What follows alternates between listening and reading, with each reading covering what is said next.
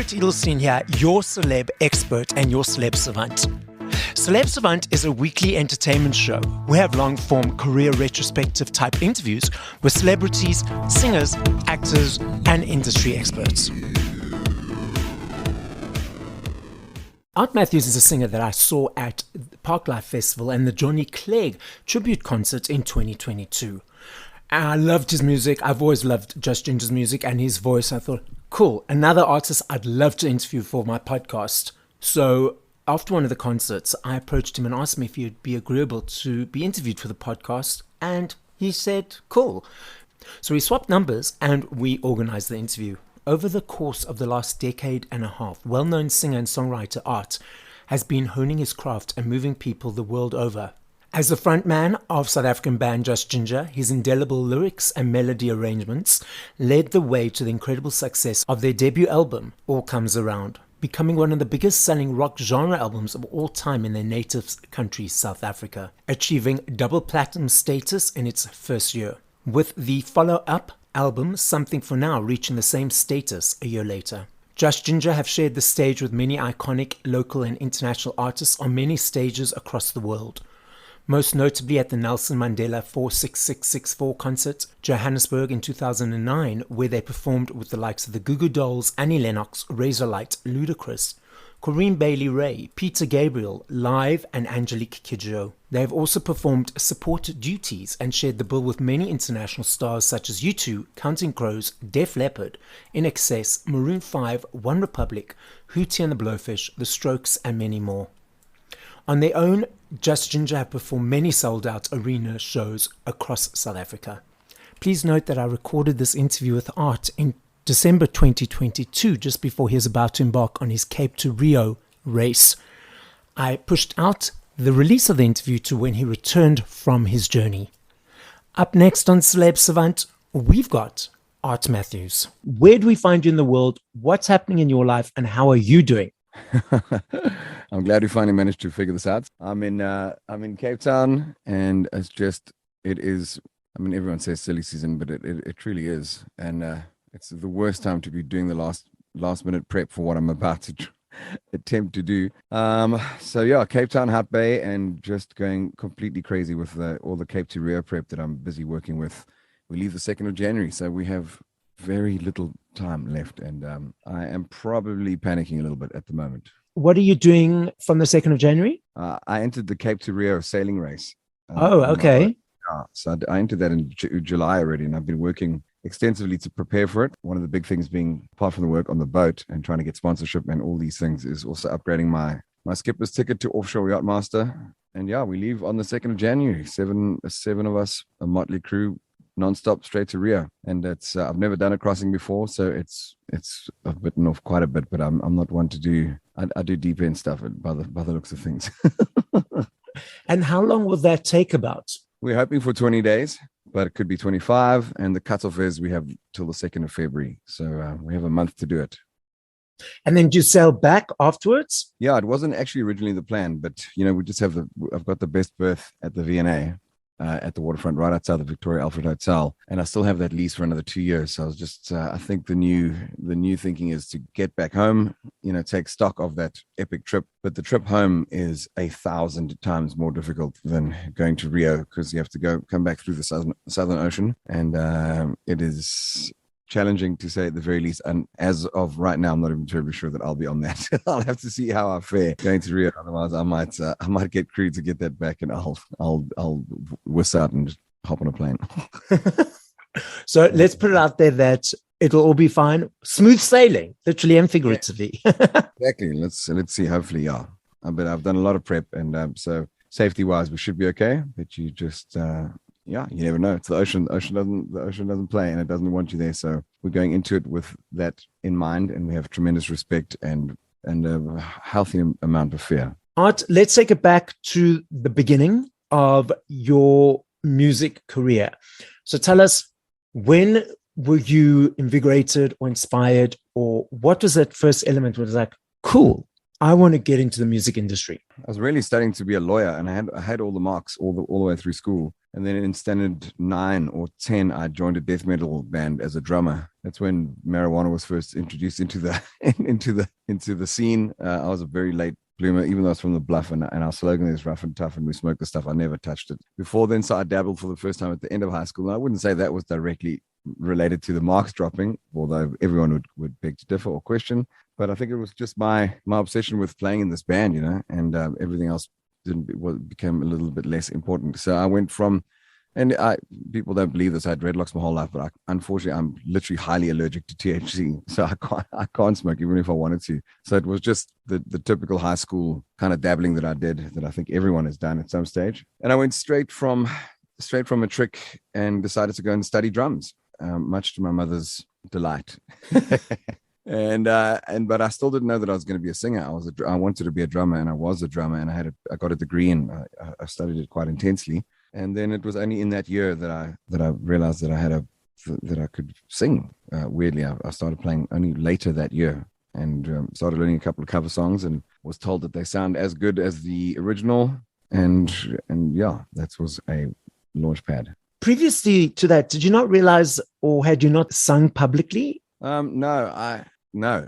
Well, I won a talent show competition when I was like 11 or 12, and then this promoter and booker used to book me because I used to impersonate Elvis and Louis Armstrong and Nat King Cole pretty accurately, even at that age. And so I got a couple of weird gigs, like doing cabaret things, opening acts for like just odd things in Durban. But it was literally like maybe 5 or 6 of those, and then I never thought about singing again until the year after high school. Let's go into the formation of Just Jinjer. How did that happen, and why the name, and what does the name mean? We were all playing at the Randburg waterfront. At that time, it was quite a big scene, and I was in a duo called Cat Chambers.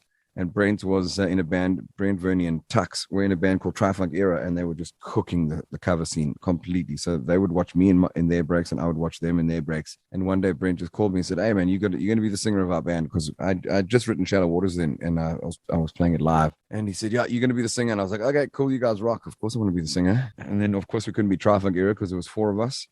So we dropped the Tri for a while. We were Funk Era for a little while, and then we decided to ask the public to throw some names in a hat at a couple of shows that we did at Roxy Rhythm Bar. I don't know where and how it came about, but it wasn't the greatest market research in the world, and we're just very, very lucky that it stuck, because the spelling was very confusing. When we went to America, Jinger, the Americans were, "Welcome, Just Jinjer," and we were like, "Oh man, that's no." And then we made the biggest mistake in the world, which was how to lose all our fans, and we changed the spelling so that we could alienate everyone who searched for us ever going forward on SEOs. And the name just happened. There's no real significance. None of us are gingers, no particular affinity to the root. And I don't know. Your creative process in writing music and writing a song, what is that process from nothing, to a 3 to 4 minute song? Do you find it easy? Is it the same every time? Tell us the musical journey of the song of Just Jinjer. Well, it has to start with intent. You have to at least sit down and try and do something. But I'm maybe wrongly so. I'm not. I don't labor over it. I probably should make it a daily chore, but I don't. I really only write when I'm inspired, which doesn't happen all the time. It takes years. During COVID, I couldn't think of a single thing that I wanted to sing about. I think I wrote that little collab with some of the viewers on Facebook and things like that. But I really wasn't inspired. So it's far and few between for me to actually sit down and do it, because it's got to mean something to me, especially in my latter years. I think when you're young and first learn how to play guitar, you write down everything and you think it's a hit. And so just now being a little bit more analytical, I guess, it takes me a little while longer to just get something out, which is, I don't know, neither good nor bad. It's just where I'm at the moment.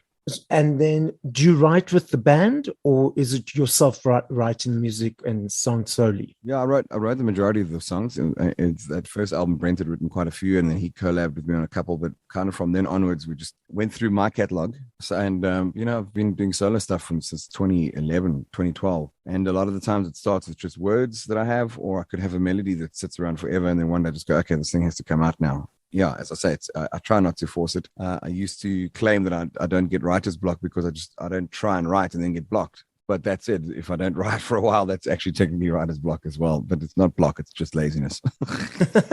Now, it's the 25th anniversary of Shallow Waters.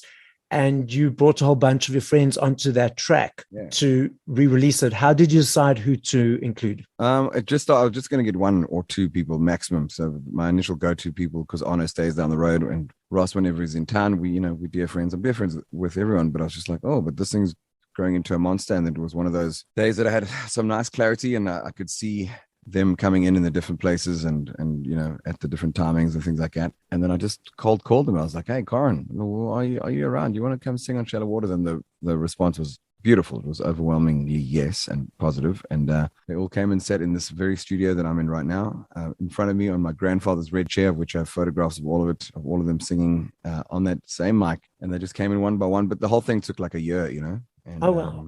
Yeah, it took a long time. Like, as I say, I don't know what the gray line is between laziness and also just letting things unfold as they should. That's it. We've got tremendously busy lives, all of us. And it's hard to sometimes put all this to bed. And I'm glad that it took the time, because every character came in at the right time. If I had wrapped it earlier on, I would have only had a few artists on. And then eventually I was like, we cannot get another artist on the song. Like, there's not enough space and time in the music. Performing live, tell us the experience about that, what you enjoy, why you keep coming, why the stage keeps calling you back. Well, money for one. We just get paid pretty well, and the boys, we still have fun. Just in 27 years now, I believe, in existence, and we always said as long as we're having fun, we'll do it. And we've never had a contract between us. We've never had anything. It's just been a verbal, like, are we having fun? Should we do it? And what's happening because of that, and because everyone's created their own lives, outside of Just Jinjer, when we do get together, the intensity is gone, the pressure's off, and we just seem to slide into a whole new groove, and we just jam the shit out of it when we do now, and it feels like it's getting better on some levels. I think just the relaxedness, and there's also a bit of a fuck you attitude as well now. It's like, we are what we are, we're doing what we do. There's no more like politeness on stage.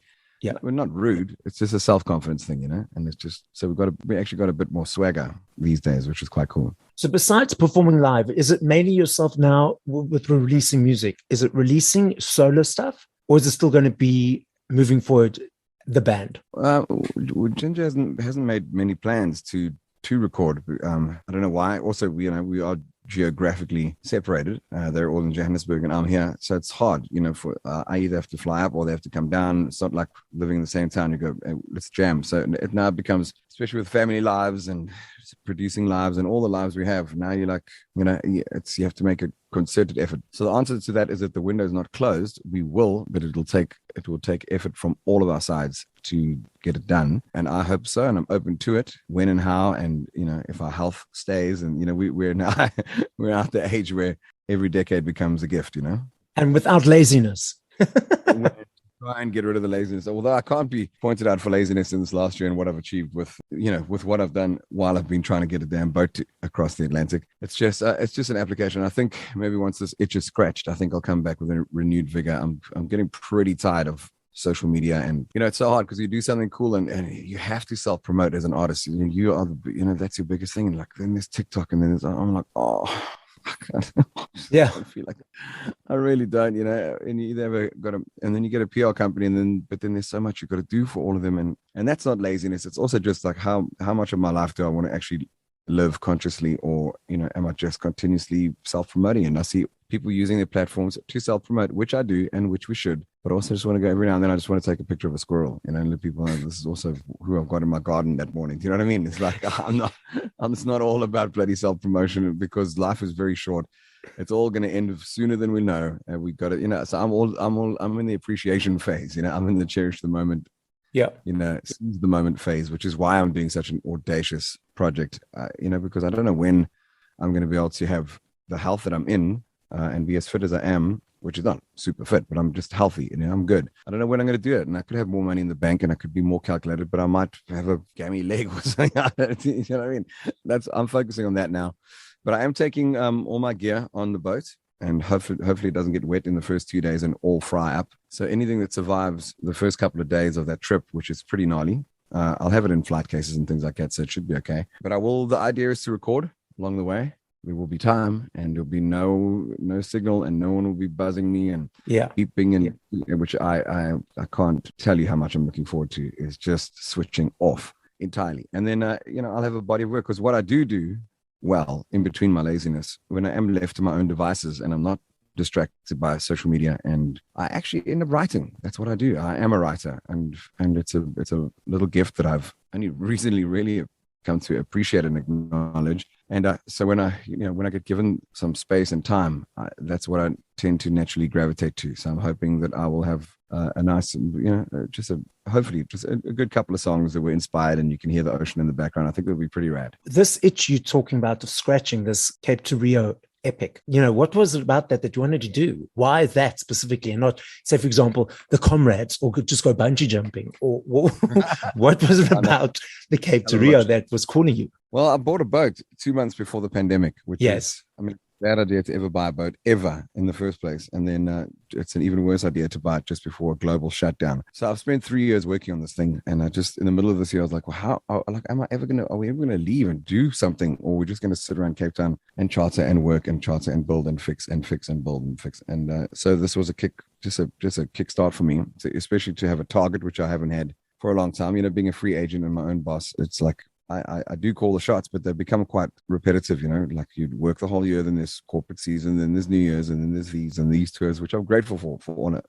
So forgive how I may sound about all that. I'm incredibly grateful. I live the most charmed life that you will ever meet, but I just want a bit of a change. That's all. I just want to change. I want to go and see the world before it collapses. Not that I'm a fatalist in that regard. I just feel that I need to do it. And also, I've entered it. I have to fucking do this thing now. I can't not. I haven't booked any gigs for January, February, so I may as well go sailing. And when you finish, are you going to sell the boat or keep the boat? I don't know. I haven't decided. I'm just going to see how I feel once I get to Rio, spend a couple of weeks on the islands, take a couple of deep breaths, and probably get it back here on that Southern Ocean and take it from there. I think if we come back with that little accolade, I think it will also change the dynamic of that boat as well. We had some cool sponsors last minute, but a lot of corporates are, and understandably, it's like they need to see results before, not a lot of people invest in ideas alone. So when we come back victorious, it'll put the boat into a different kind of playing field for me, and it can maybe make it a little bit more secondary than it is at the moment, because at the moment it is all encompassing. You mentioned social media and the disconnection around that. And we spoke a little bit earlier about performing live. Now, I love standing right up in front, and I'm there doing my thing. I do a little bit of posting now for Celeb Savant, as we know.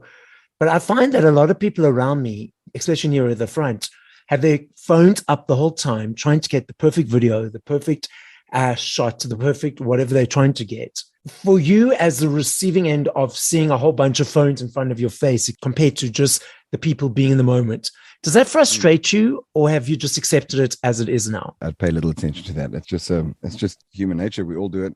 People don't realize that you can't live in the present if you've got a phone stuck to the end of your hand, because how many people go home and watch what they recorded? So just watch what you're seeing in the moment. So that doesn't bug me in the slightest, because I am also just a big believer of human nature, and you just sit back and go, shit, this is the shit that we're in at the moment. We're all guilty. We all do it. We've all done it. So there's no judgment. And however people choose to receive an experience is up to theirs to unpack maybe later on in life, when they go, shit, I was there, but I don't remember seeing the guys because I saw them through the camera. I saw through a phone screen when he was so close to me. You should have just logged into a live stream. They would bring the same thing. Now, I'm going to put you on the spot. I love playing this game, but the recipients generally do not. Now, if I had to ask you this question in 2 minutes, 2 hours, 20 days, whenever next, I know your answers would be different each time. But in this specific moment, your top 5 go-to songs by other artists. Oh, jeez. And I don't know. It's so weird. My house is eerily quiet. Like I don't listen to music much. Okay. Denham Harding, my bass guitarist, is my sole source of new cool music. I have so much shit going through my head that I just don't choose to get on and make a noise around my life. Okay. So if there were top 5 artists that inspired you. Okay. Definitely Rodriguez. People would know that. Cat Stevens, Stevie Wonder, Led Zeppelin. Jeez, man. Yeah. Just like a bunch of the, I'm definitely a Hendrix fan, and, watching that growing up, you're like, what the freak is going on over there? And there's just so many cool modern bands. That's also just the state that we're in. There are so many that none of them are that iconic. There are so many that are worth mentioning and are great, but none that I swear by. I love Louis Armstrong, Nat King Cole, Elvis. I love all the crooners. Yes.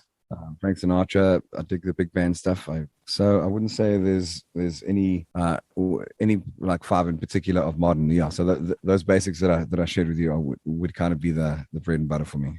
Well, that's, I mean, more than 5. So that's perfectly awesome. Yeah. Sorry. No, that's okay. An overachiever. Art, the podcast is listened to throughout the world. As a final message to the listening audience, what would you like to say? Final message to the listeners from my side is just thanks for the years of support. It's been amazing. As I say, I've lived such a charmed life. It's enchanted, to say the least. And so I'm eternally grateful. You know, that's all I've done since I've left school. And so I am the luckiest guy that you'll have. So what I will tell everyone is South Africa is beautiful. Be grateful for where you're at. Appreciate every moment that you have. Appreciate time with your family. My mom's turning 80 in February and she's sprightly and running around the place. I'm going to take her on the biggest holiday after I get to Rio. And, you know, these little things, just cherish it. Learn to forgive quickly, say sorry quickly, and be as kind as you can, and carry on supporting live music. Art, thank you for your time. So this is Celeb Savant signing out.